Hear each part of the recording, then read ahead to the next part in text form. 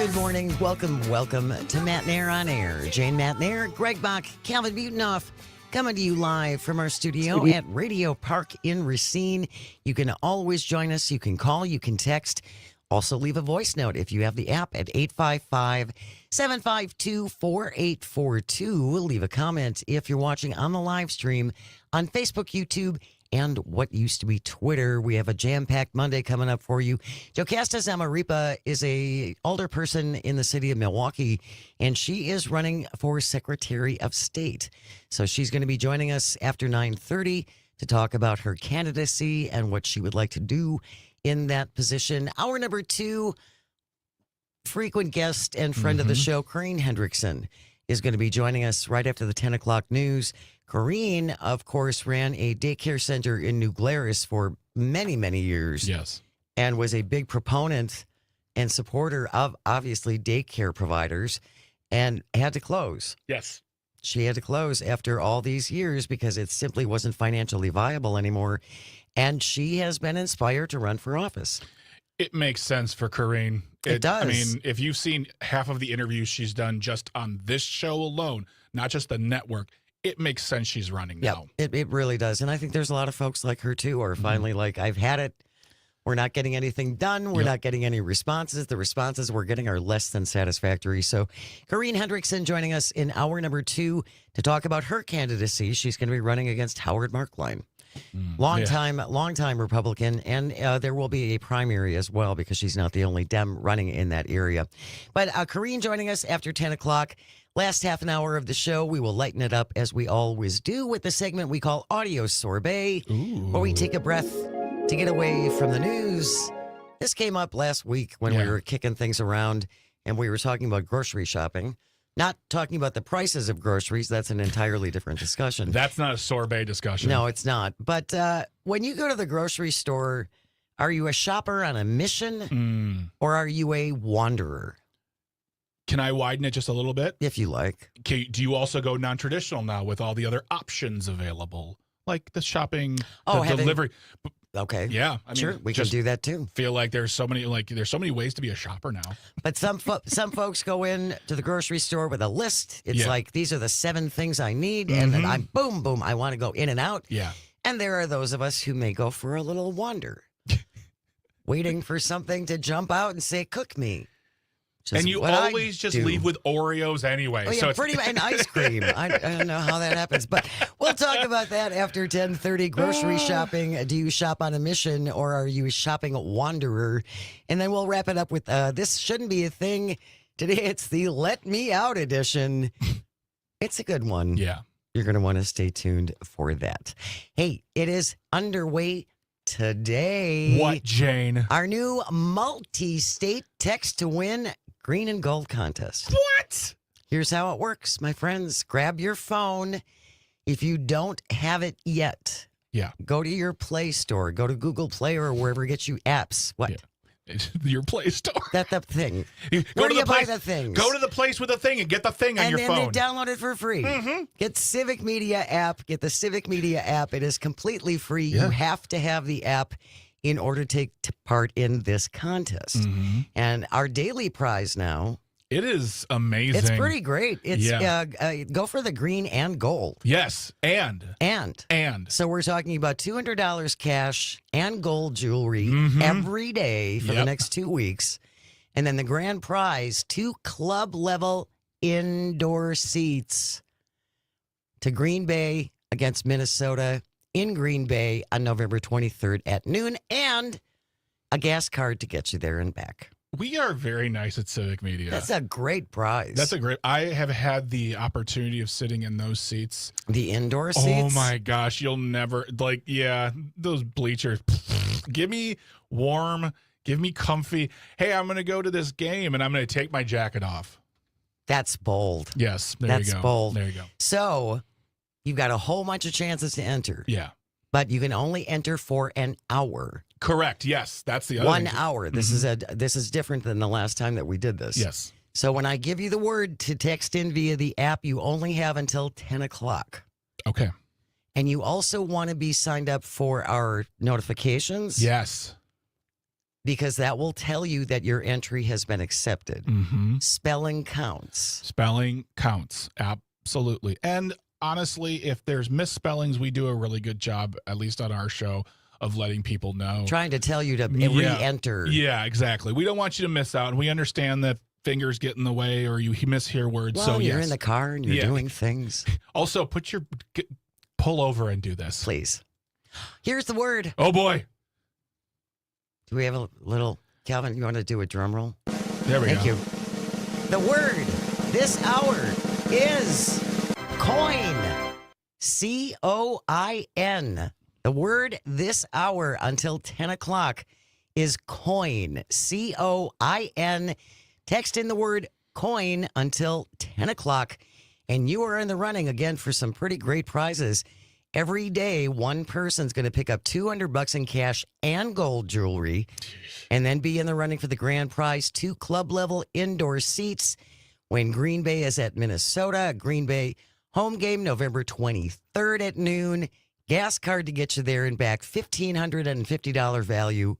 The word is coin, C-O-I-N. Text in the word coin. Your next chance will be in the 11 o'clock hour with Tom Hartman. 1 o'clock hour with Tom Hartman. Oh, cool. All right. 3 o'clock hour with Todd Alba. All right. 5 o'clock hour with Maggie. Yeah. And 7 o'clock hour with Pete Schwab. A whole bunch of chances. And everybody has a different word. That's 7 chances. I had to look at my fingers. It's this many. It's many chances. It's this many people. It's many chances. So text in the word coin, C-O-I-N. Coin is the word to text in until 10 o'clock this morning for our multi-state Go for the green and gold. Oh, my gosh. Look at all the text to win contest. It's great. I love seeing entries come in. Jana from Waukesha and Sarah in Green Bay and Mark in Jefferson and Teresa in Madison and Fred in Cottage Grove and so many more. Keep them coming in. Coin is the word, C-O-I-N. And good luck. We'd like to, last time we were in this. Yeah. Our show won. And then we retired because we won so handily, and I don't want to feel the stress again this ever again. So we are retired from winning. We're not going to be competing with Tom Hartman and Todd Alba. There's so many opportunities to enter. That's true. There's a billion ways to enter. There's a whole bunch of shows. Didn't I tell you like 1 trillion times not to exaggerate? I think it was several trillion. Yeah, I think so too. Coin is the word, C-O-I-N. And we'll remind you over the course of the hour because we want you to get in the running. And then again, your next chance with a new word will be in the 11 o'clock hour with Tom Hartman. Okay. Wanted to start off with this. This is something we've talked about many times. Yeah. Doesn't seem like it should be a hard thing to get done. No. Representative Scott Krug, Republican, appeared on WISN's Upfront yesterday morning. Republicans set to propose sweeping changes to ballot drop boxes ahead of the midterms. Mm-hmm. Now, the Supreme Court ruled. Yes, they did. That drop boxes are fine. They're great. Perfectly drop legal. Boxes are perfectly legal. Perfectly safe. They are perfectly safe. They're the safest. They're the safest thing in the world. It's a good thing. Scott Krug, vice chair of Assembly Elections Committee, said on Sunday on Upfront, "We've worked really hard with stakeholders across the spectrum, Democrats in the legislature, even talking to the governor's office about almost everything that's been in these bills. To say we haven't done our homework on these are just Republican wish list ideas, I think that would be a stretch." Krug says, "I think it's fair to say some of these things Republicans may not like either." This bill includes multiple election-related issues, including allowing election officials to start processing absentee ballots the day before Election Day. This has had bipartisan support repeatedly. It's passed the Assembly before as well. Repeatedly, and then goes to the Senate where they kill it. Mm-hmm. Yeah. In my estimation, they don't want this because this takes away one of their completely bogus claims. Correct. About ballot dumps. Yeah. In the middle of the night in Milwaukee. Something that, they've used many, many times. I mean, and there have been many, many ways to fix the problem, whether you're talking about what we're just discussing now, which is a bill to allow people to start counting ballots the day before. And actually, it's not even counting them. Yeah. It's just processing them. Processing. So yes. it is a different thing. Yeah. And we'll include these articles in our show notes so you can read this for yourself, because it's not even counting them. It's just getting them checked and ready to go. Yeah. And there has been, we had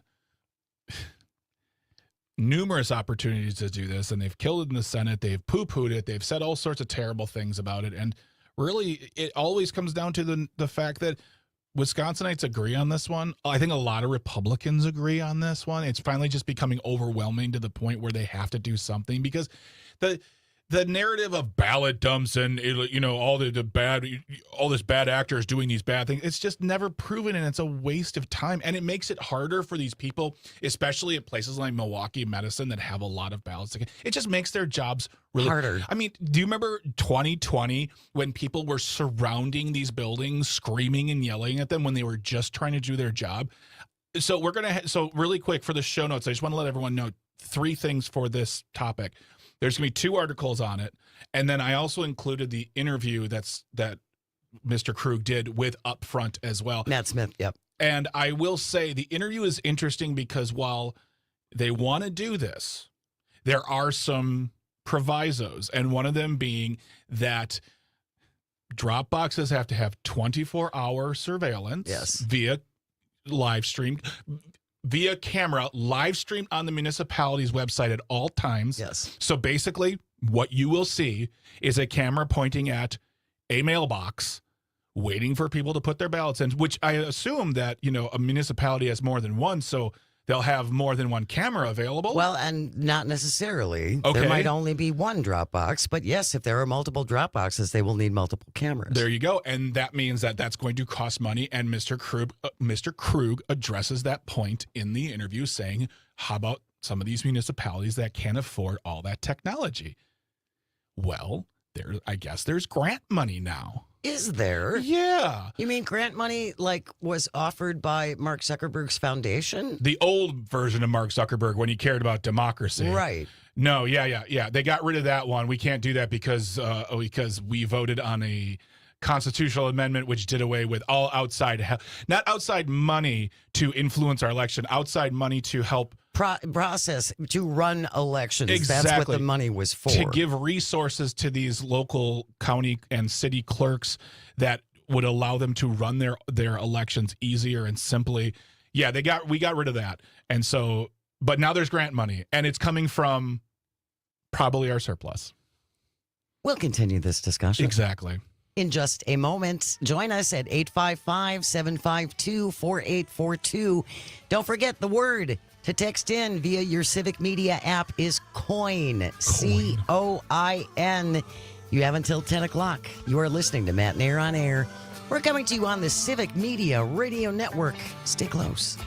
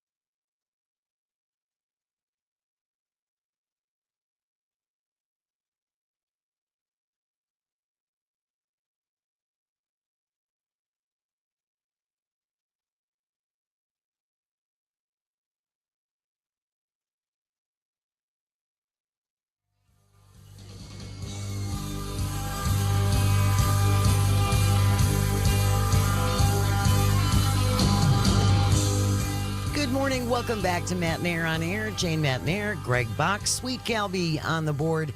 Coming to you from our studio at Radio Park in Racine. You can join us. Call or text at 855-752-4842. You can also leave a comment if you're watching on the live stream on Facebook, YouTube, and what used to be Twitter. It is underway. Our multi-state text to win green and gold contest. So many chances to win.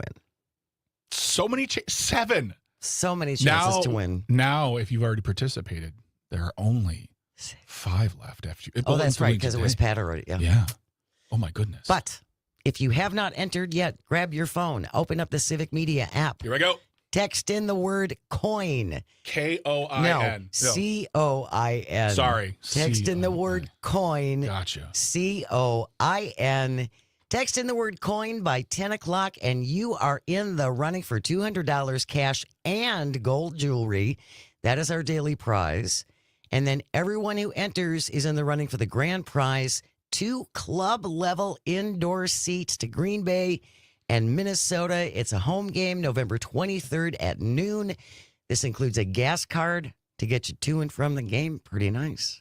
All of that would cost me a big amount of coin. It would, and that is the word coin, C-O-I-N. Text in the word coin. If you do it correctly, you will get a little message from us that lets you know that it went through. Yeah. That's why we ask that you get notifications so that you know that you entered correctly. And you do get 1 free bonus round. What? 1 free bonus entry. What country are we living in? It's a great country. So once you text in the word coin, and then you get that message back, and it will give you an option of follow us on Facebook. Yeah. Or do some action. Sign up for our brand new newsletter. Our daily Civic Media newsletter, which is really pretty great. Civic Media Today.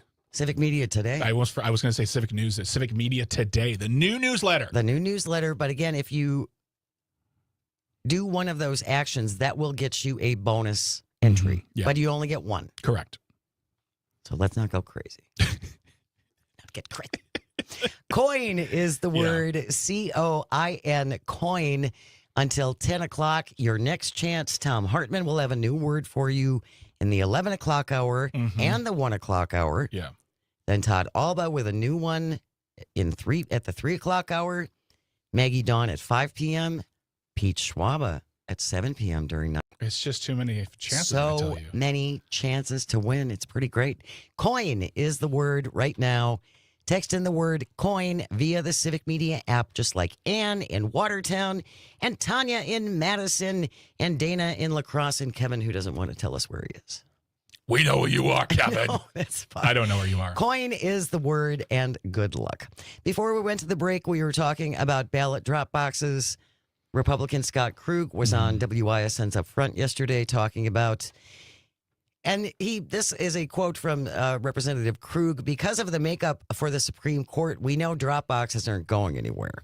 Yeah, that one hit me pretty hard in the face, too. I felt like that was his way of saying if the makeup of the state Supreme Court were different, this wouldn't be a problem. In fact, if the makeup of the Supreme Court were any different, we wouldn't even be talking about this bill either, because they would have the voting the way they want, which, by the way, Jane, I don't know the way they want. They want in-person day of voting only. But do they? Because Brian Schimming spent the better part of a year getting people to bank their votes with the understanding that we need to embrace early voting, embrace alternate ways and legal ways of voting that are protected and not new. No. I think this is the thing, Jane, for me, that, like, if you hear me talking about this story, you should be excited. All right, cool. Scott Krug, a Republican, is putting forth a way to help expedite our election process. That's great. But unfortunately, it comes with caveats and all these little sprinkling in of words that say things like,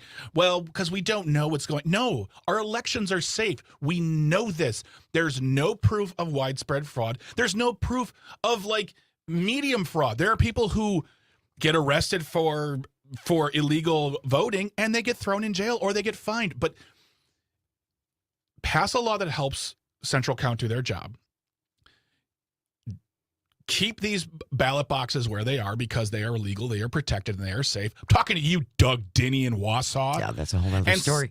Stop trying to sow not fear, but that basic, distrust, which grows into fear, which grows into, well, I heard, Jane, that they were taking those ballots and they were throwing them in the Mississippi River because they made sure that all the Trump ones were jettisoned. I still would like someone to explain to me how people who are on the same ballot won their election, but Trump lost that election, and they want to toss out the results because Trump lost, but they won.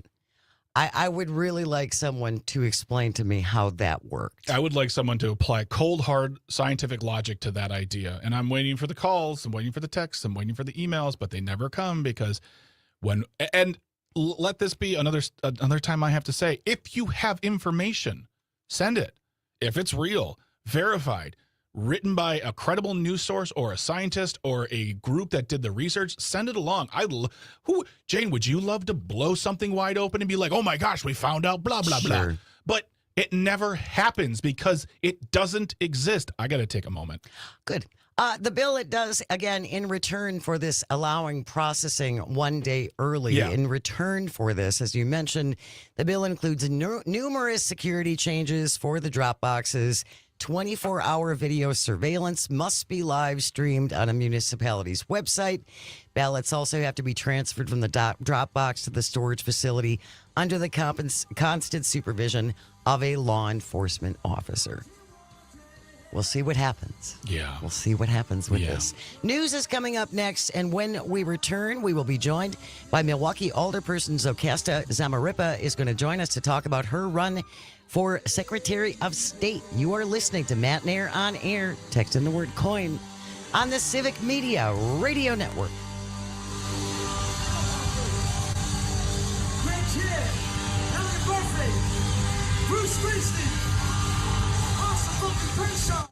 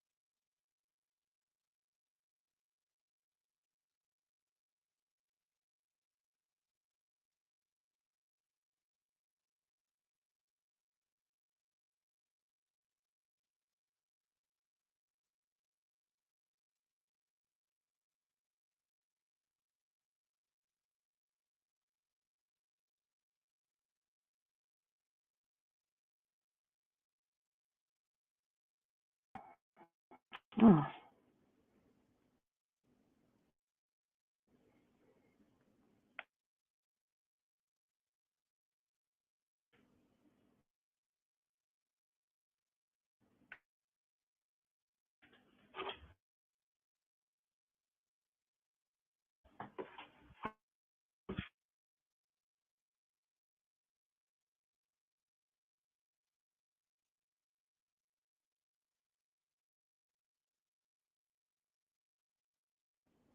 Good morning, Alders. I'm Arifa. Can you hear me all right?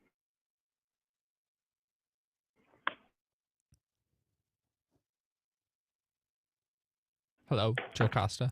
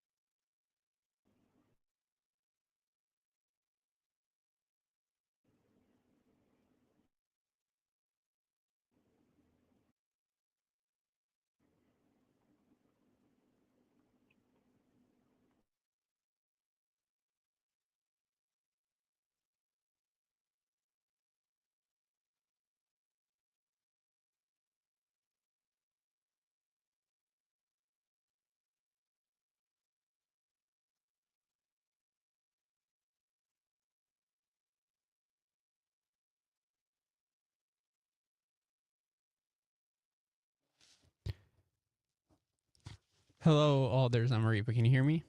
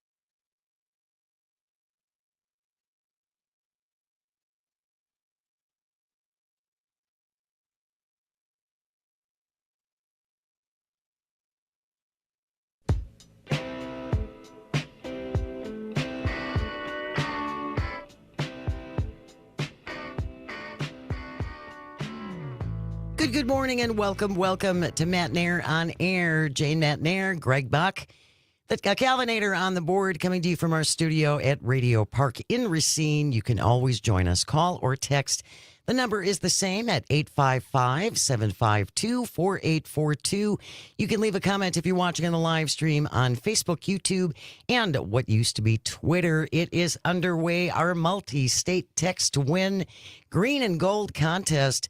You have until 10 o'clock this morning to text in the word coin, C-O-I-N, text in the word coin, and you are in the running for our daily prize, $200 cash and gold jewelry, and then in the running for the grand prize, 2 club-level indoor seats to Green Bay against Minnesota at home, November 23rd at noon, and a gas card to get you to the game.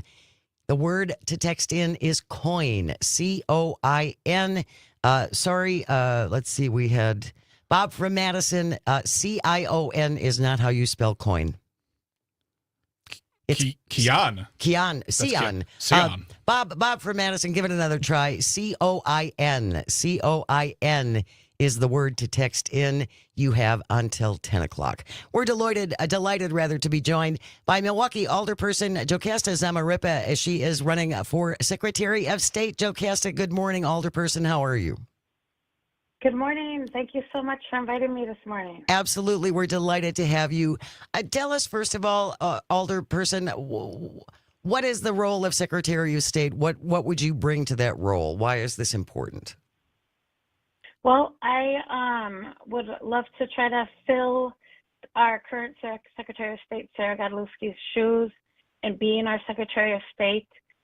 Although over the years, the Republicans have removed several of the duties of the Secretary of State, including many staff of the Secretary of State's office, I know after meeting with Sarah Godlewski, there are still a tremendous amount of important duties under the Secretary of State, and I'd like to continue the work she started. And I would also like to grow the office. We have a chance to pick up the majority, to hang on to the executive branch, and I believe Democrats want to restore many of those duties as well. What are some of those duties? What would you like to see be restored to the Secretary of State position? Well, right now, we know that the Secretary of State does some really important things like maintaining the oaths of office. Republicans tried to pull some shenanigans around the oaths of office. Particularly, I'm thinking about Supreme Court Justice Protasevich. They tried to play games in asking for her oath of office. So we have to make sure there's no shenanigans there. I want to continue to maintain our oaths of office. I want to continue to maintain our vital records. The Secretary of State still maintains all the vital records in the state. So I want to continue those duties absolutely. And we'll see what the electorate wants to see restored into the office, what the Democratic majority will want to see restored. But there was a time going way back when that we oversaw elections. So we'll see what the electorate says to me on the campaign trail and what they'd like to see. I would think in this day and age, preserving records is kind of a vital thing when it feels like information is being intentionally disappeared. Oh, absolutely. And especially with, unfortunately, the election denying and whatnot that the Republicans have unfortunately been playing around with. We have to make sure we maintain the integrity of the Secretary of State's office and keep it in Democratic hands. You are in the city council in Milwaukee. You are running for office. I imagine you are talking to people all the time, whether it's knocking on doors or going to events. What are you hearing from the constituency, the voters, on what they want to see you bring to the office, as well as what do they want to see brought to Madison as far as passing laws, education, things of that nature? What are you hearing from our voters? Right now, and I'm just starting the race, as you guys know, I'm a couple of weeks in. We have just begun Hispanic Heritage Month in the last week, so I find myself going to many events centered around our Latino community. I've been attending quite a bit of Democratic Party events, and they are excited about the prospect. My Dems are excited about the prospect of making sure I help to get out the vote for Democrats up and down the ballot, to make sure that I help whoever is our candidate for governor, that I'm committed to helping them. They know that I'm a team player and that I will help us to get that trifecta that we're hoping for. The Hispanic Heritage Month events that I find myself going to in this last week, honestly, the pride that it instills in many Latino Wisconsinites at the possibility of electing the first statewide Latino to elected office. I can tell it instills a lot of pride. They hope that I'll continue to be a voice for this growing community that finds themselves, frankly, under attack, particular immigrant families from our federal government right now. If you're just joining us, we're joined by Milwaukee Alderperson Jocasta Zamarripa, and she has put her hat in the race for Secretary of State. I'm glad you brought that up, Alderperson Zamarripa, because famously a larger proportion of Latinos voted for Donald Trump this time around, even with all of the mass deportation now signs that we saw at his rallies leading up to the election.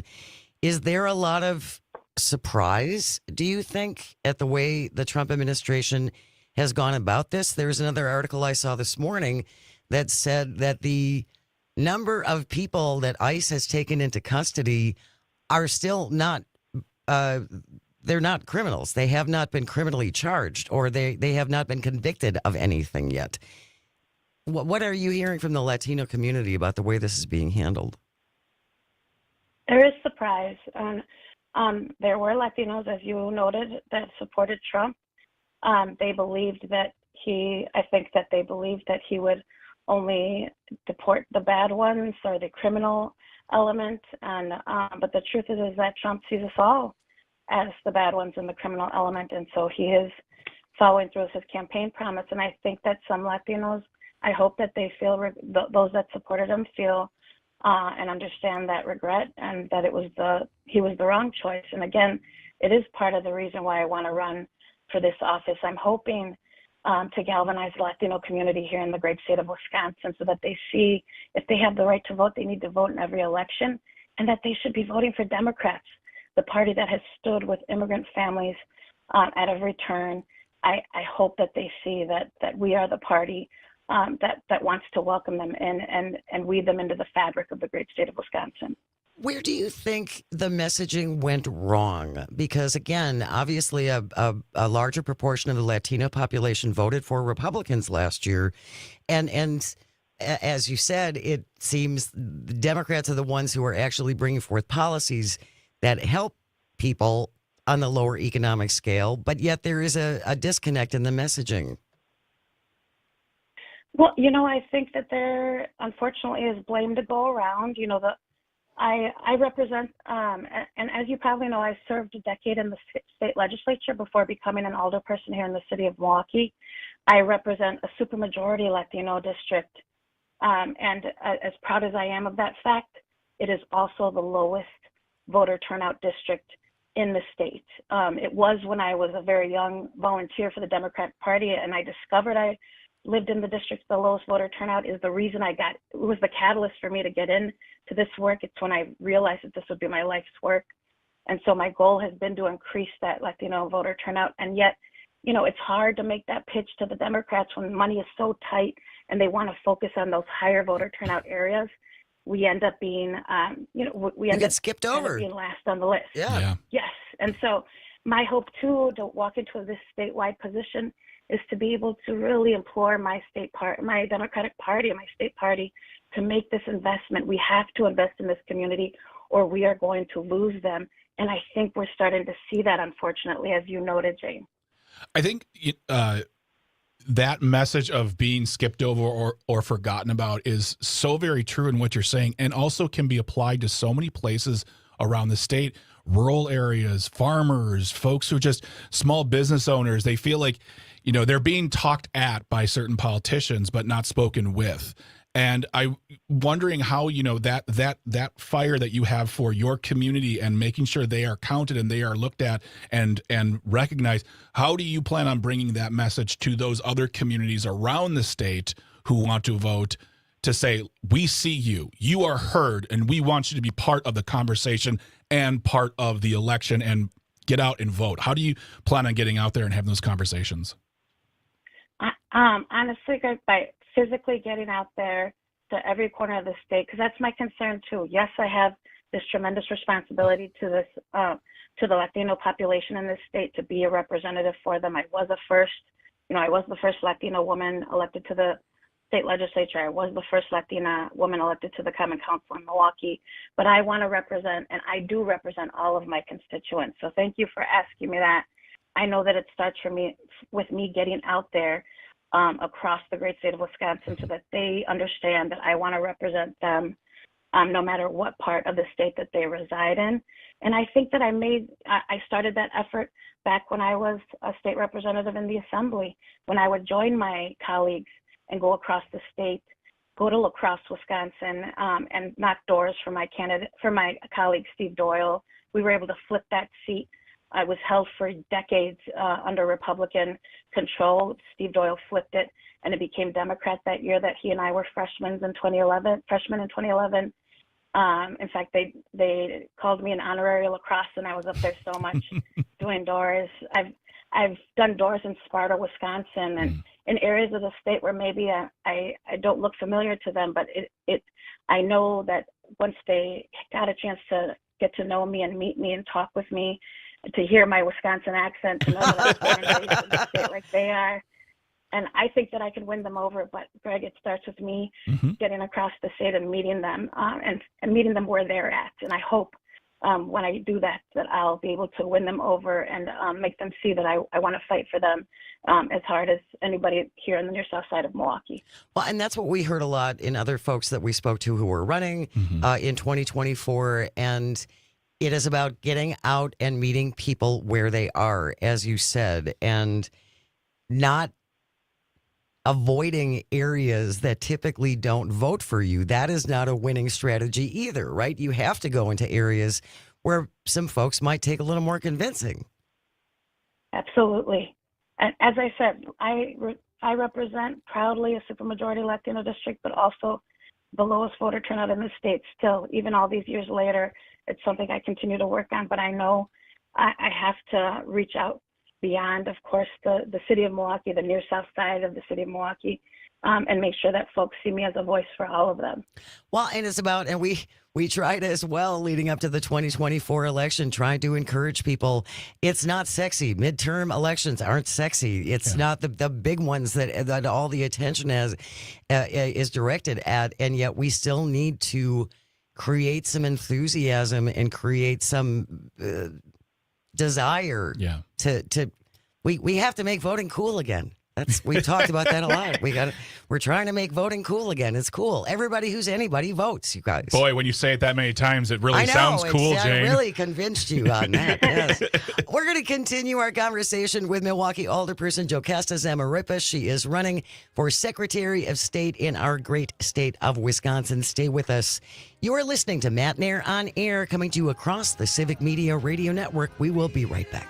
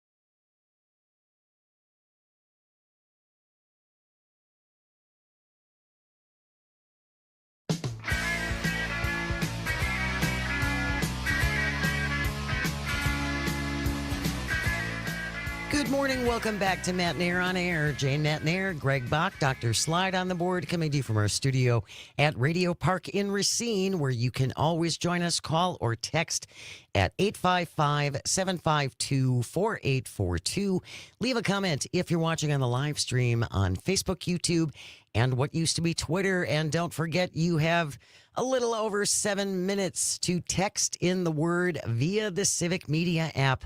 Text in the word coin, COIN, by 10 o'clock, and you are in the running. It is our Go for the Green and Gold multi-state text-to-win contest. You can pick up $200 cash, gold jewelry. That's our daily prize. Our grand prize are some really great tickets when Green Bay plays Minnesota on November 23rd. You got a whole bunch of chances to enter. Right now, you want to enter by 10. Text in the word coin, COIN. Your next chance at 11 and 1 with Tom Hartman, 3 p.m. with Todd Alba, 5 p.m. with Maggie Dawn, 7 p.m. with Pete Schwaba. You know, Jane, I don't know about you or our wonderful guest, Jocasta Zamaripa, or Calvin, but I'm a child of the late 80s, early 90s. And I would love to bring the gold chain back to my style. I used to rock them very much with my IOU sweatshirts. So I bet you did. I can't win the contest, but I can definitely, it's really inspired me to get back into the gold The whole chain vibe. game. Yeah. The whole vibe thing. IOU sweatshirt with some Z Cavarici pants. Oh my gosh. My gosh. I don't even know what that is. We're and going I'm to impressed. Skateland later. Milwaukee Alderperson Jocasta Zamaripa is our guest. She is running for Wisconsin Secretary of State. We were talking a little bit about getting out and meeting voters before we went to the break, and we did have a text come in that I wanted to share with you, Alderperson. Jana from Waukesha says, this is why knocking on doors is so powerful. Face-to-face conversation, showing effort, and showing up at their doors. Right? Because it's a lot easier to say, yes, I am here for you, and you never go to their community. Absolutely. That's the one thing I tell aspiring candidates when they ask to meet with me, ask me for advice. I tell them there's two things that are a lifeblood of any successful campaign, and that is door canvassing, talking to the voters, get on the doors and knock them, ask them to vote for you, and a necessary evil, the fundraising component. Yeah. Which has got to be horrible. It's got to be horrible. Honestly, I can't even imagine. And I would think that is one aspect of going into public office that stops a lot of people is the constant having to ask for money. Yeah, it is difficult. And even after taking some time off when you don't raise for a few months and then you're getting back at it, it is that much. You just have to, it's like exercising. You just have to keep doing it consistently because it is hard. Yeah, it has to be. In the time that we have left, Alderperson, I did want to ask you just briefly about the reckless driving problem in Milwaukee. And I know that there are a number of things that the Common Council has tried to come up with, and they're spending a lot of money on bump outs and speed bumps. Traffic calming measures. Traffic as they're calming called. measures. Yes. But I also feel like there is a portion of the population that just wants to see the book thrown at some of these people who are doing this reckless driving. Yes, absolutely. We have invested in our infrastructure in the very measures that you've pointed out: speed humps, speed tables, bump outs. These things were an investment in our infrastructure that hadn't been made ever. I mean, they're a very new kind of modern evolution to try to slow down traffic and not just depend on the law enforcement component just because it's impossible. We want to try to prevent it from all angles. And it's not that we don't also want to hold people accountable. We absolutely do. But it's just an additional component of addressing the epidemic that is reckless driving. So absolutely, we believe in a layered approach. There's a lot of frustration, though. And again, there was another tragedy. 3 people were killed in a police chase. And now I'm hearing various discussions about we should stop doing police chases because innocent people end up getting killed. But at the same time, if we don't do something to step on these reckless drivers, that's never going to stop. Yeah, that's definitely something that I'm hearing too. Obviously, being here in Milwaukee, The family, the mother and the two sons that was killed, is tragic. They were coming home from a soccer game. We do have the perpetrators in custody, and I have every desire to see them held to the absolutely accountable to the fullest extent of the law, because it is just tragic. And when I hear, and it's mostly been Chevy, Mayor Johnson, who has been fielding the questions as people ask, do we want to keep doing police chases? The truth is that years and years ago, before Chevy or myself ever got into elected leadership at the city, it was a former chief, Chief Flynn, who instituted this policy. And honestly, I think we're still struggling from that time that he instituted a no chase policy. I think that it was part of what created this culture. And now we're still trying to deal with it even today. You make a really good point, and I remember exactly what you're talking about. And that essentially informed people who were stealing cars that they weren't going to chase you. I didn't know that. Oh yes, my goodness. There was a because again, innocent people tragically get killed in these police chases, and that was supposed to hopefully lessen that. And I think the older person is right, is that partially led to the mess that we're in now. We're just about out of time. If people want to contact your campaign, Alderperson Zamarripa, how can they do that? Yes. Oh, absolutely. Thank you. I have a Gmail account, votejocasta@gmail.com. I have my website, votejocasta.com. Please join me in this effort to win statewide office and fight for Wisconsinites across this great state and keep Democrats in power and get us into the majority. We will include all of that information in our show notes. Milwaukee Alderperson Jocasta Zamarripa running for Wisconsin Secretary of State. Thank you so much for your time. Really appreciate it. News is coming up next, and then Corinne Hendrickson will join us. You are listening to Matenaer On Air, coming to you across the vast, statewide, countrywide. Pick us up around the world on the Civic Media app.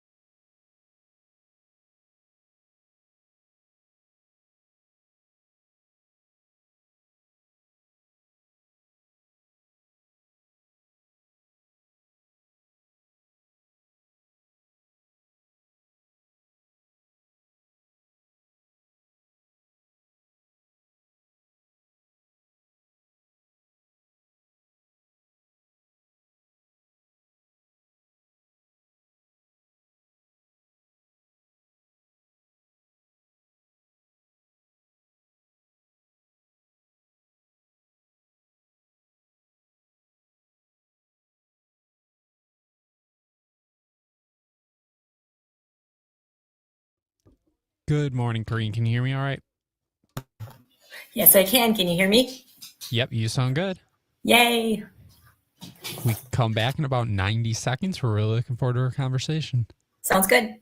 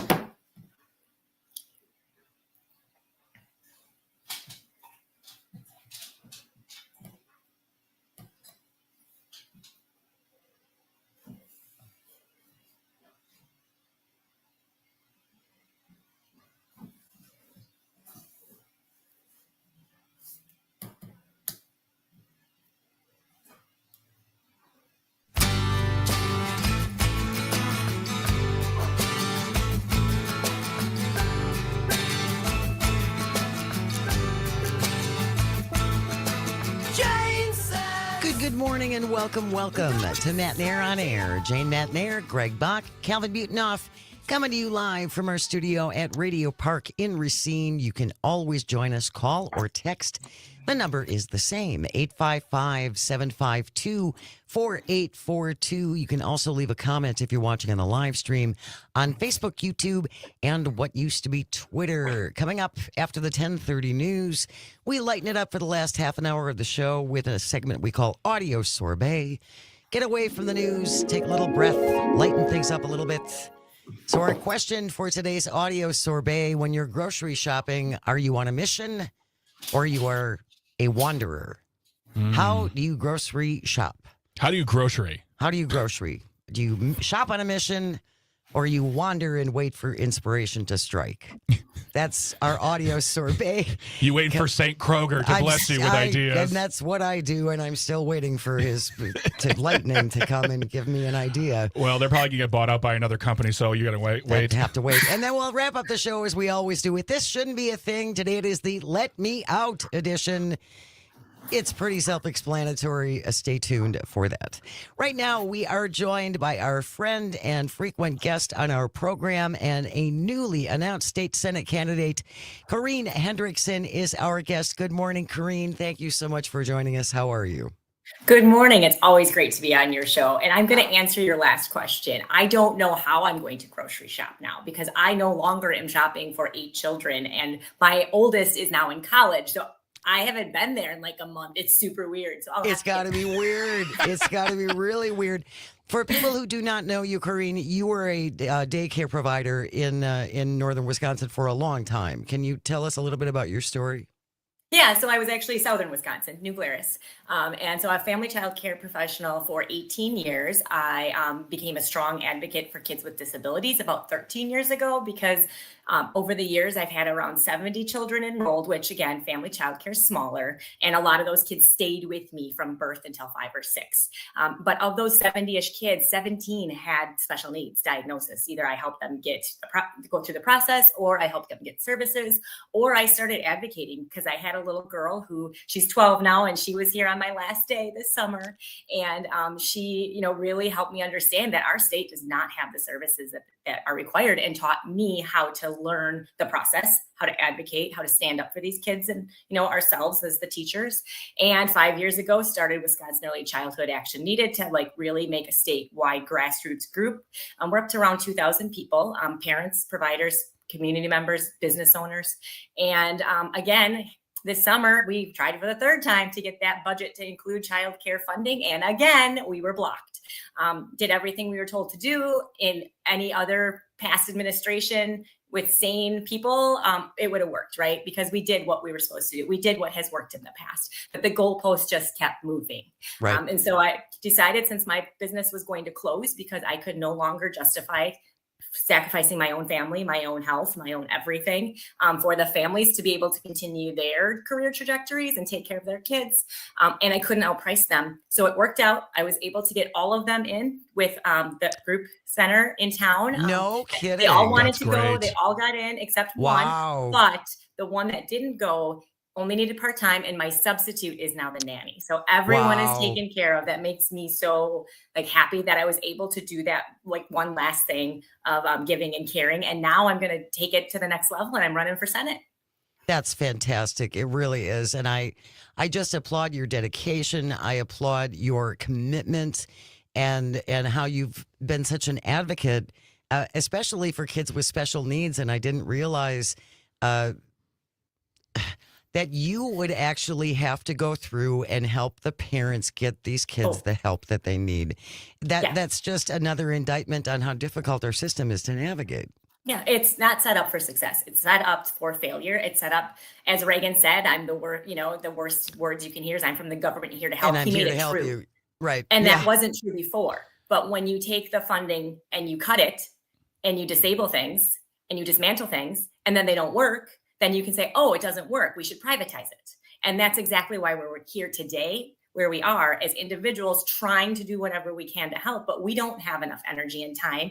And it shouldn't be this way, and it shouldn't be this hard. And we need people like myself who understand that and who are willing to fight, willing to connect, willing to get out in the community and talk to people about what it is that they need and how I can help. I think that's interesting too. That I remember that line from when I was a little kid, because it was spoken throughout the household of I'm from the government, I'm here to help. But it's now just I'm from the government, I won't even try to help you. I won't even attempt to help you, and I will vilify you for asking for help. And I want to go back to something we talked about a couple months ago when the budget actually passed, because I'm going to fully admit, Corrine, to you and to all of our listeners, when the budget passed and we were given this notion that Governor Evers is signing it at 1:30 in the morning, and State Senator Dianne Hasselbein walked in and said, we need to get something done. There was a good feeling there. Mm-hmm. Unfortunately, we found out a day later that a lot of people were unhappy, including yourself, because some people could walk away saying, well, Corrine, you got a lot of money. Why aren't you just happy about that? That's something. But tell us why that wasn't enough.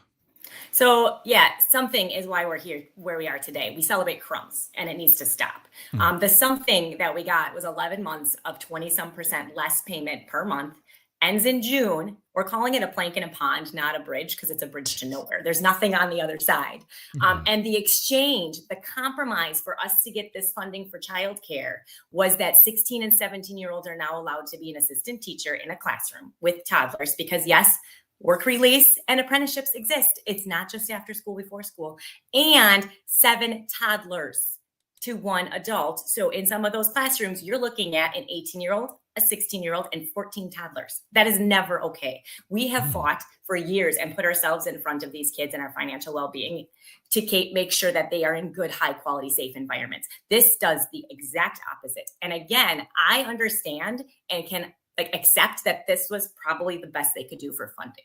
I cannot accept that you're going to pretend it was a good thing, because it wasn't. And so few people trust their elected representatives because they see the press release that says this will reduce out-of-pocket costs for parents. And then all of a sudden now their childcare providers I'm closing. I'm raising my rates $50 a week. And they're like, well, you just got all this money. We're like, no, we got 110 out of 480 million. The 330 million was out of $1 billion ask. Right. So, again, I don't understand why it couldn't just be truthful. Brooke introduced me yesterday, and it was amazing. I did not know she was going to do that. And so she said, I really want people to understand that Corrine has integrity and that she will fight. And right is right, wrong is wrong. And I just about lost it. I'm going to lose it again because it was, it is true, because that's the way I try to live my life. And for somebody else to see that and appreciate that and verbalize that to other people was just amazing. If you're just joining us, Corrine Hendrickson is our guest. She's a former daycare provider in New Glarus and had to close her longstanding daycare business last year and now has decided to run for state senate up against Howard Markline. Corrine, I want to go back to something that you had mentioned to us a couple of months ago when you were on the show, and you had an opportunity to be face to face with one of our lawmakers who had an interesting response on how to solve our childcare crisis. I remember when you told me that I had to wait 20 minutes to pick my jaw up off of the table. If you want to see it, go to Instagram. The video is one of the most popular ones. It's famous now. It's still going viral. It I'm is, still it is seeing still comments. going. But can you share what happened in that particular instance for people who may have missed it the first time? Yep. So Senator Ron Johnson, and he's not the only one. There were some state senators here that had said that to some other childcare providers, the same type of message. They're no longer in power. But basically, weird. But basically, I went in there with a bunch of other small business owners, and we were talking about ways that the government could do better supporting our workers, and then myself also as a childcare provider, making sure that my business is stable and is able to be accessible to parents. And he said an elegant solution was for moms like me to stay home. And the implication was it was for free, because I said for free. And he did not respond and tried changing the subject. And to me, when you don't have a reason to respond, that's exactly, I'm right. And that has spawned some of the most amazing responses in the comments, which by the way, Karine, there has been many times where I've wanted to just text you, be like, hey, leave them, just don't bother with them. They're never going to believe you. They're never going to, because a lot of people thought, well, he didn't say for free, so he didn't mean for free. It's like, okay, that's right. We're all dumb now. But yeah, I mean, that video, like the looks on our faces, I think my head was in my hands, because honestly, it's just so embarrassing that now one of the most prominent senators in the U.S. Congress And one of the wealthiest is saying something like that, as it is just a simple fix. But all of that being said, all the things we're talking about now has led you to make the announcement. Because to me, when they said, oh, Karine's running, I'm like, of course she's running. Because once you had to announce that you had to close last month, to me, that just like that, I can only imagine lit a bigger fire for you, and that you have to, it's time to do something. And you made the announcements. I saw the picture. There were gentlemen with giant Ricola horn blowers from across the mountains there. Tell us what you've been like. Has this been stewing for you since before the closure, or once the closure happened, you said, all right, time to keep going? Because I don't see you resting for long amounts of time. Yeah. So I've been thinking about it for a while. As you know, somebody as an advocate, I always felt I could do more from the outside, right? Push from the outside, build momentum, build community, be an expert in my one area, right? Mm-hmm. But as roadblock after roadblock kept happening, it was like, okay, now we need to do what New Mexico did to get their constitutional amendment passed. We need to replace the people who are in our way. And so Brooke and I started talking last spring already about, if this budget doesn't go through, what's next? And she's like, you should run. And I love the fact that everybody's like, of course you're running. And I was like, I'm not running. So I think I'm the most surprised of anyone about this, that I just, but I'm also one that once I make a decision, I go with it. So we had kind of talked and laid the groundwork. If things don't come through, and if I decide this is something I want to do you have space for my kids? Because I cannot close if I don't have a space for those children. And so she looked and she said, yes, I do. And so that's also part of why I announced my closure in the middle of July, to make sure that those families had time to check her place out, find a place, to find someone. Yeah. And then I'm not independently wealthy. I cannot afford to not work. And so I had to lay some groundwork to find some other jobs. And so I'm doing some organizing work. And I'm also doing, the last few years, I've gotten a better presence nationally, doing trainings for people to learn not just advocacy, because there's a lot of them now, but how to read a bill and decide if it's good or not, and decide if it actually meets the criteria of what you're looking for. So like the budget this summer, right? Like we were like, no, it's not good. And here is why. This is the actual impact. Many other organizations, big names, jumped on and were like, this is great. This is great. No, sure. It's not. Yeah. And so the trainings that I've been starting to put together are these trainings about the impact of a bill. I'm actually getting my master's in early childhood education policy, finishing in December. So yeah, Greg, this last year I was doing all of that and taking classes for my master's. So I was just saying this about I was just saying that about Corrine to Jane earlier. Corrine's one of the laziest do-nothing So people I've ever met in my lazy. life. She's like, you know what? I could do that, but I'd rather watch some Ted Lasso for the 18th time. I'm kidding. I'm talking about me right now. That's us, yes. And Tony on the live stream says, I am so happy Corrine didn't just walk away after the last budget and decided to get more involved. We need a state of people like Corrine who lean in and solve problems. You got that right, Tony. We're going to continue our conversation with Corrine Hendrickson on the other side. Stay with us. You are listening to Matenaer On Air. This is the Civic Media Radio Network. We'll be right back.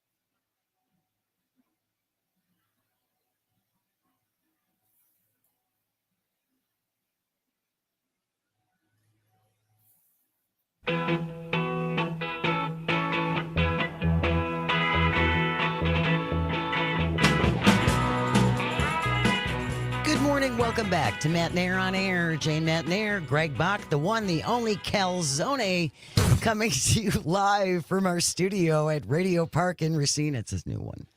I Love it. I thought It's- I'd cycle it in. It's great. Oh my gosh. You can always join us at 855-752-4842 or leave a comment if you're watching on the live stream on Facebook, YouTube, and what used to be Twitter. We are delighted to be joined by our guest, Corrine Hendrickson, former daycare owner for many, many years now, a state Senate candidate. And you can check it out at Corrine417.com. We will include all of her stuff, all the contact information in our show notes at civicmedia.us. And something, Corrine, you shared in the chat on the break here. You said, so back to not resting. You closed your business on Friday, October 29th, and filed on Tuesday, September 2nd. Because the first was a holiday, you would have done it on the first because that's you. And you have more energy than you did since you don't have 50 hours of working with kids behind you, so you have the energy to run. So the question I have for you is, Corrine, we know you as the childcare expert on the show. We have you talking about this issue at great lengths in great detail. But on that campaign trail, there are going to be other things you need to talk about, answer questions, and compose your platform for people to vote for you. What are you going to be talking about besides childcare to really get at the conversation of what the voters are looking for in your district? Yep. So yes, both yesterday at my launch party at Toffler's with the Jimmies, that was fun. We had music, and Wednesday and Elkhorns at both. They're called Elkhorns, by the way. Thank you. And so both of those days, I really talked about affordability. We really need to stop pricing people out of their homes. And what the core foundational reason for that is that our co-chair of the Joint Finance Committee, Senator Markline, who is the person I'm going to be running against, he controls the state budget. That state budget, lack of investment and cuts to the local, your fire, your municipalities, your school districts, all of those things, and deciding not to invest in childcare increases your property taxes. Because what happens is whatever the state doesn't fill in, you still need those services and things in your smaller communities. Your property taxes have to go up.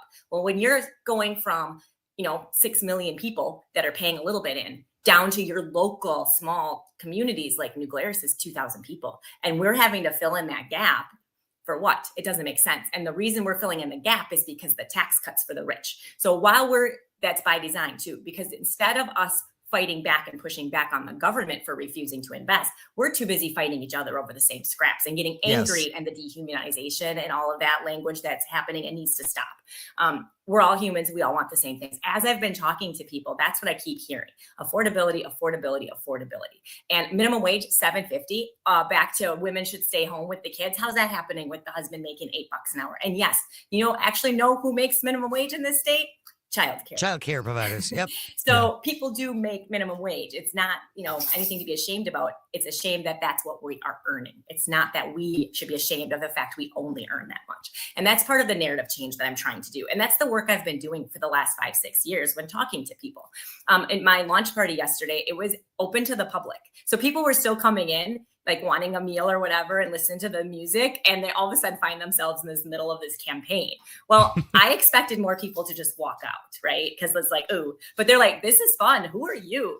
And so after I talked and I said, hey, Generation X, all those movies that we watched as kids where we stand up to the bully, now's our time. Let's do this. Yeah. Let's get together. And so this group of people at a table, I have no idea who they were, from Minnesota, I find out, donated to me. They came up to me and they're like, I heard what you said. I love what you said. Can we donate to you out of state? And I was like, absolutely. And they're like, we really loved it. We looked you up. My wife was a childcare professional, and you have great things to say. Keep doing it. Keep fighting. We need more people like you. And so that to me was like, these people had no idea who I was. And that resonated. First person I talked to after I got off the stage the first time, like, are you a Democrat or a liberal or a centrist or a right winger, or what are you? And I was like, hi, I'm Corrine. Because he's like, you're purple. And I go, I did that by design because my sign will stick out because there's a primary. Also, because you see red or blue, you assume. You see purple and you go, and you look me up. And then you get to know me. And so my whole campaign is about getting to know people, having people do house parties, because the rural especially, it's not what you know, it's who you know to get you in the door. Absolutely. And then what I know and who I am and if they like me. But I have to get in that door. So I'm asking people even out of district, who do you know that lives in Grant, Iowa, Lafayette, Crawford, Greene counties, and the rainbow over Greene County of Dane County from Mount Horeb down to Brooklyn, and get them connected to me, introduce them to me. And then I can talk. We're going to have coffee shop stops. I already have an event down in Platteville at the Black Smock and the Speakeasy 50/50 planned for end of October. I'll get you the dates. And then I've got one in New Rose, a witches night in October, because the witches nights are traditionally about women's rights and, having conversations. So we're going to do a witches night there. So I've had some really great fun things planned. I also don't want it to be a paywall. So many people that were there yesterday have never donated to a political candidate. They have never gone to a political event because you have to pay for entry. Yeah. And I don't want there to be a paywall. I am going to need a lot of funding. I'm not going to lie. That's the part I heard you talking about before. That's not my favorite part. But sure, I have to be able to pay for gas to get to the places. I have to be able to pay for the envelopes and the website and all of the things and my campaign team. So I do need funding, but I really need the people on the ground and the volunteers. And I don't want to keep people out of it. I want to re-enfranchise people. I want to get the young people excited. My kids that graduated from me, my alumni, are starting to get to be 60 voting age. So Oh, I'm going to that's try and get them exciting. engaged and have them like talk about like Mama Keen, helped raise me, and I'm going to vote for her so I'm going to really try hard to get more people to understand that government can and should work for you, and we should stop accepting them not doing that. Go get them. Okay. Get them. Can I vote for you? I'll move there. I'm just kidding. Don't You have a anyone year get to at me. move. You have a year. We will include all the contact information if you would like to help support Corrine Hendrickson in her bid to unseat Howard Markline. He's been there a long time. It's probably time for him to look at new adventures. Just a thought. I mean, he Corrine, can go help his wife watch the grandkids. just stay home. For free. That's an elegant solution. Corrine Hendrickson has been our guest. Thank you so much, Corrine. Take care. We'll get you back on. News coming up next, then audio sorbet. Stay with us. This is Matenaer On Air on the Civic Media Radio Network. Stay close. Thanks.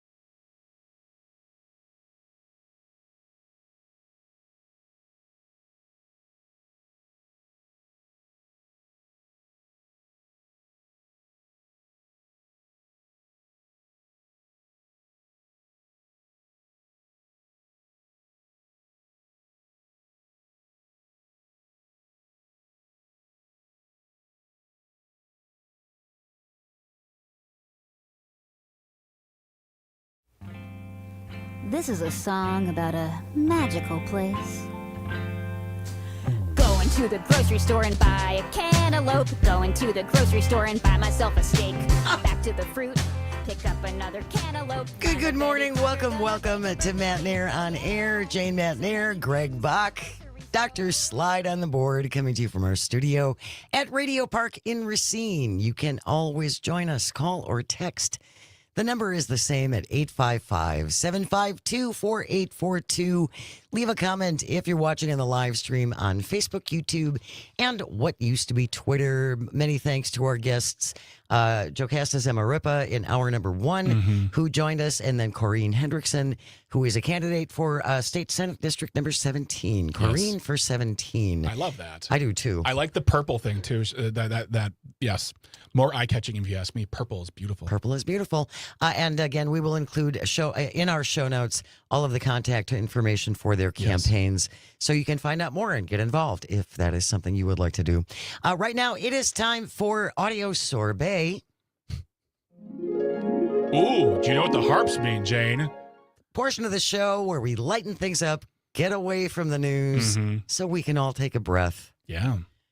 And just recombobulate. Wait, it's not Friday though. We can still recombobulate. Okay, great. Today's episode of Audio Sorbet. It's a important one. It is, yes. They're all critical. When you go grocery shopping, are you on a mission or are you a wanderer? You're going grocery shopping. Do you go in? I have my list of 10 things. I am sticking to my list. This is all that I need. I know where I'm going. I know it's in aisle 4, aisle 7, and then the freezer section. Or are you a grocery store wanderer like me? Okay. In that I don't necessarily like to cook, and I'm always hoping that some inspiration will strike me as I'm wandering around aisle 4. Hoping something will jump out at me and go, make me. So my grocery shopping can take an hour. Okay. I mean, do you go in with a list, period? I do go in with a list. I have my core list of things, and then I'll go around it and see what else might jump out at me. Okay. Okay, so I'm going to say something, and I don't want you to be upset with me. Oh, dear. Because I've known you for quite a few years now, and I've grown. You're not just a coworker, a co-host, you're a co-friend here at the show. You never struck me as the type of person with the patience designed for that kind of shopping. You are the kind of person, it seems like, not only do you have a list, it is a hard and fast list, and the moment you wander to any other aisle, I'm going to hear, get back here, we need asparagus, and we have to get back to, we got to get this going now! Well, you do know me well enough to know that I have little to no patience. Correct, you do, and it is... I am not a patient person. And it's truly a quality in you, Jane, that I understand exists. So it's just surprising. Or is shopping like an audio sorbet on location? Is grocery shopping a getaway almost for you, where you're just taking it in, you're like, oh, let's just see what's going on. Yeah, it can be. Interesting. I'm learning. It can be. That's so cool. 855-752-4842. When you go grocery shopping, are you shopping on a mission or are you a wanderer? Casper in Madison texting in, I am definitely on a mission. I don't want to talk to anyone either. I wear my headphones so I don't have to interact. Okay. That's how I feel about working out. Like, that's how I don't chat with me. I don't understand people who work out and then like stand by the machines and talk to people. I'm like, why are you, I don't want to be here. So being here more because you're talking to me is awful. But yeah, I can get down with the headphones. I love a pair of headphones. It simply says, don't talk to me. Don't bother me. PJ on the live stream says, I am always on a mission with a list of the items I need because I live on a strict budget. I get that. Yeah. Absolutely. Yes. 855-752-4842. Audio Sorbet today, we're talking about how do you grocery shop? Yeah. Are you a grocery shopper on a mission with your list in hand and you stick to the list and I am not going to veer from the list? Or are you more of a wanderer? I could spend 20 minutes looking at cheese. Could you? Yes. You could. Okay. I have. I'm jealous of that because I feel like also another thing I know about you is that you are worldly, you are world traveled. So when you look at cheese, you might say, "Oh, this is a fine Gouda," or From Gouda. from Gouda, Italy. I'm not necessarily knowledgeable. I just like to try lots of things.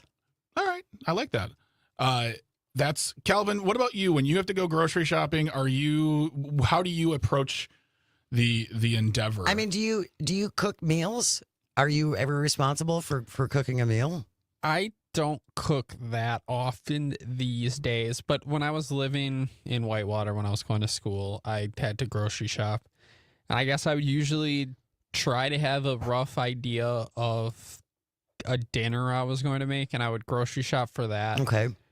But then I would like get an idea, like if I get my meat and my vegetables, and then I go further down and look for dry goods, I guess, I might find something there that inspires me, that forces me to go back and get more meat and vegetables. I end up wandering all over. See, so you are also a wanderer. Yes. Gotcha. Okay. Tony on the live stream says, I always shop with a list. The list 90% of the time has only sale items on it. 10% of the time I cruise on by the meat department to see manager specials, as in use by tomorrow half price meat. Then I take the meat home and freeze it. All right. Well, I mean, That's shopping on a budget. Well, Being price conscious. That also keeps within a certain, it's not, maybe not a mission, but it's definitely, there's a habit there of like, you know what you need to do, but I'll also do. So yeah, there's definitely a plan for Tony. I see there. For me, I don't grocery shop in store that much anymore, unless if it's more than a certain amount, I do a delivery or do a pickup. I don't like grocery shop. I'm not a typical man who's like, I don't grocery shop.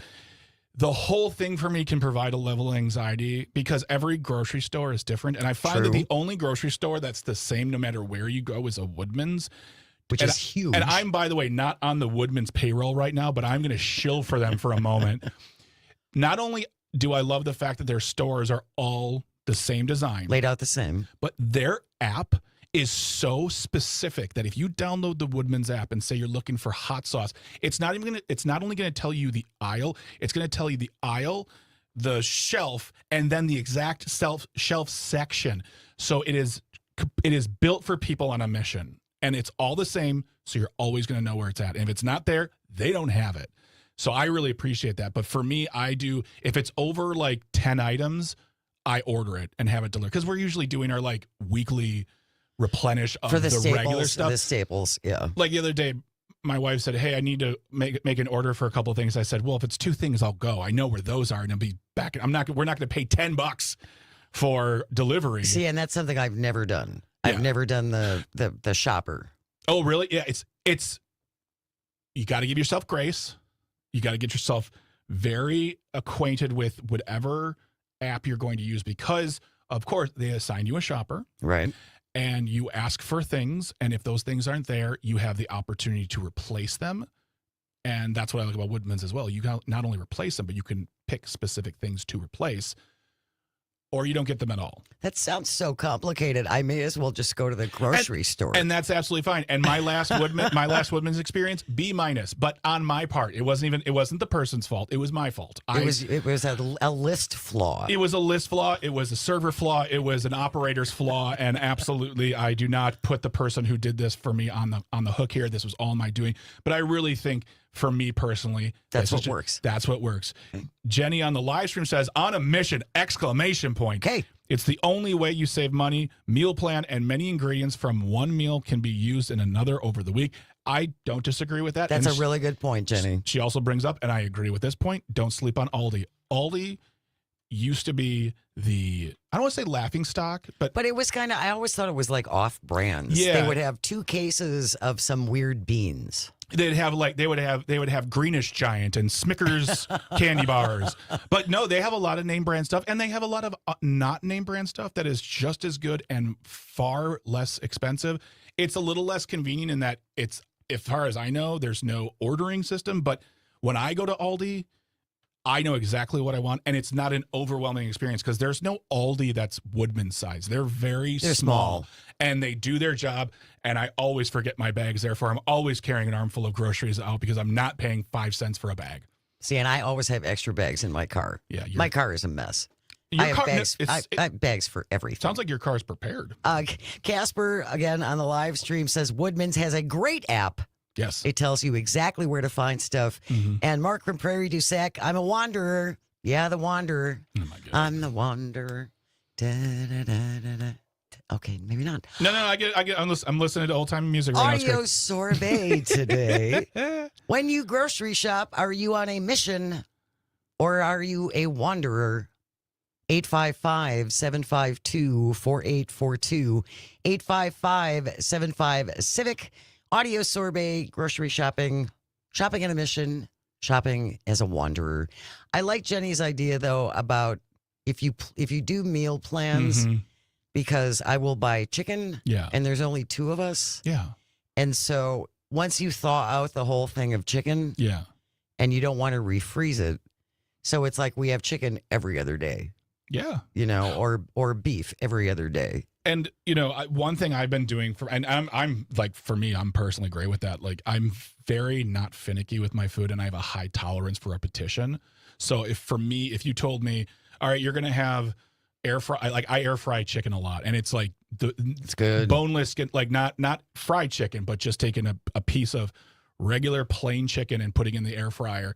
And if I eat that every night for dinner with some cottage cheese or some sweet potatoes, I'm good every night. So for me, as long as I have some chicken and I have like a few other things, I keep my meal quote planning, because I don't know if Jenny means meal planning as far as what I'm going to eat through the week, or I'm going to prepare everything on Sunday and have them ready to go, which is a world I can't get into. That's so organized. So much I wish respect for people. I wish I was even close to that organized. Rob from Green Bay texting in, Aldi does have an ordering system. Okay. My wife ordered our groceries from Aldi's for pickup all the time. There so you go. That is good to know. Yeah, and then Jenny also says, I just got an entire beef tenderloin for $40, cut it up into chunks yourself, and bam, steak for 6 meals. There you go. Yeah, The planning is important. Yeah. The planning is important. For me, the furthest I can go is, all right, I know what I'm going to eat for the next few days, and I'll make them because also my meals take less than 25 minutes to make. Because Bridget and I eat separately because she works different hours than I do, so she'll eat later and I eat earlier because I am old. But yeah, it's definitely the grocery shopping and the planning. I'm a mission person. I have to be on a mission. That way I can stay on task. There's no wrong way. No, there really isn't. There's no wrong way to grocery shop. Absolutely not. People approach it differently. Yeah. Yes, absolutely. And it sounds like you're much more open-minded to the idea of, hey, I need to get X, Y, and Z, but I found A, B, and C, and I can make D, E, and F. Well, only because I am hoping for some inspiration will just drop in front of me and land in my cart. Tell me where that store is, and I'll shop there. I don't know where they sell chefs. Right? Rent a chef. That's what I need. There you go. Forget grocery shopping. Those meals come in boxes now. I just need a person. When we return, we're to wrap it up with This Shouldn't Be a Thing. Let Me Out edition. Stay with us. You're listening to Matenaer On Air on the Civic Media Radio Network. Find a Betty Crocker, gonna bake a birthday cake. Oh yeah, so many things at the grocery store. Oh yeah, so many things at the grocery store.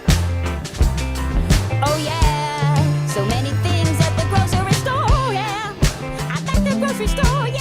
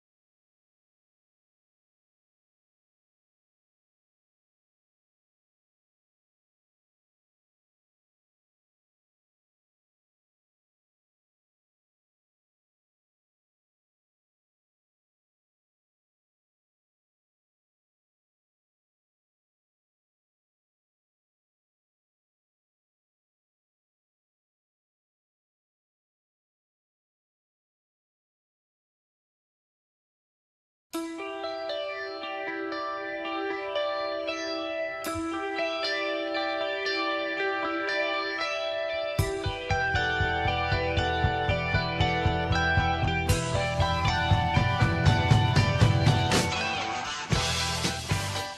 morning and welcome back to Matenaer On Air. Jane Matenaer, Greg Bach, Calviente on the board, coming to you from our studio at Radio Park in Racine. Join us, call or text at 855-752-4842. Leave a comment if you're watching on the live stream on Facebook, YouTube, and what used to be Twitter. Coming up on the show tomorrow, Pat Kreitlow, host of Mornings with Pat Kreitlow from 6 to 9. He will be here after the 9:30 news to break down all the local news. He's had some great pieces recently. Up North News Radio still does a newsletter, and he's had some great pieces about Derek Van Orden. Hey, Jane. Yes. Up North News has a newsletter. Does anybody else have a newsletter that's out lately? Civic Media What? Who has knew? a new newsletter called Civic Media Today. And quite frankly, it really is fantastic. Correct. It is. Mm-hmm. It's got we have news people all over the state. So depending upon where you are, we've got compilations of news stories that our news team is working on. We have little snippets of all the shows and guests on the shows. So if you don't have time to listen to an entire show, they pick out clips that you can see. And then if you want to go further than that, you can. But you can subscribe to Civic Media Today, and it is free. Yep. All you have to do is go to civicmediatoday.substack.com. Go there. It's simple. You put in your email address, and you can sign up, and you'll get it every day, and it's good to go. It's great. I mean, it's the pretty same. great. It was curated by a bunch of great people, including Dan Schaefer, who is our political editor, and it's being put together by a great team. So you're going to see a lot of great coverage, including our show. You see clips, and please go to civicmediatoday.substack.com. I'll put that in the show notes as well. But yeah, sign up today. And don't forget, it is underway. Our Go for the Green and Gold multi-state text to win contest is underway.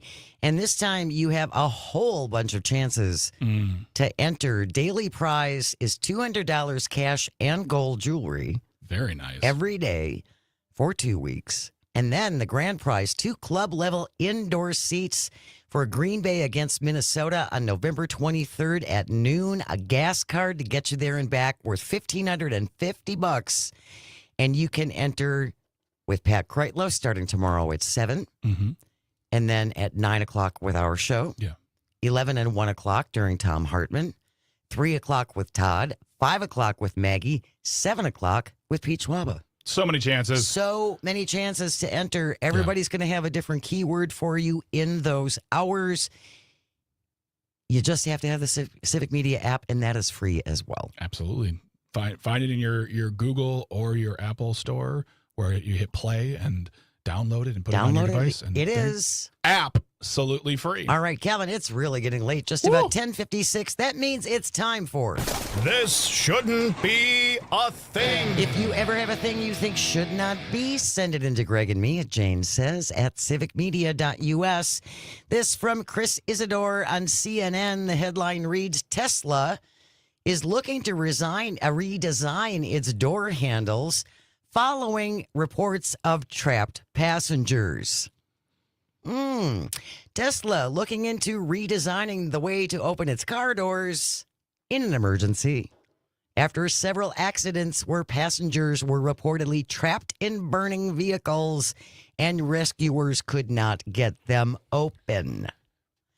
Even without an accident, other Tesla owners have reported having to break their own car windows. Which is not easy, by the way. No, it's not. No. After buckling their kids in and then being unable to get back in the car.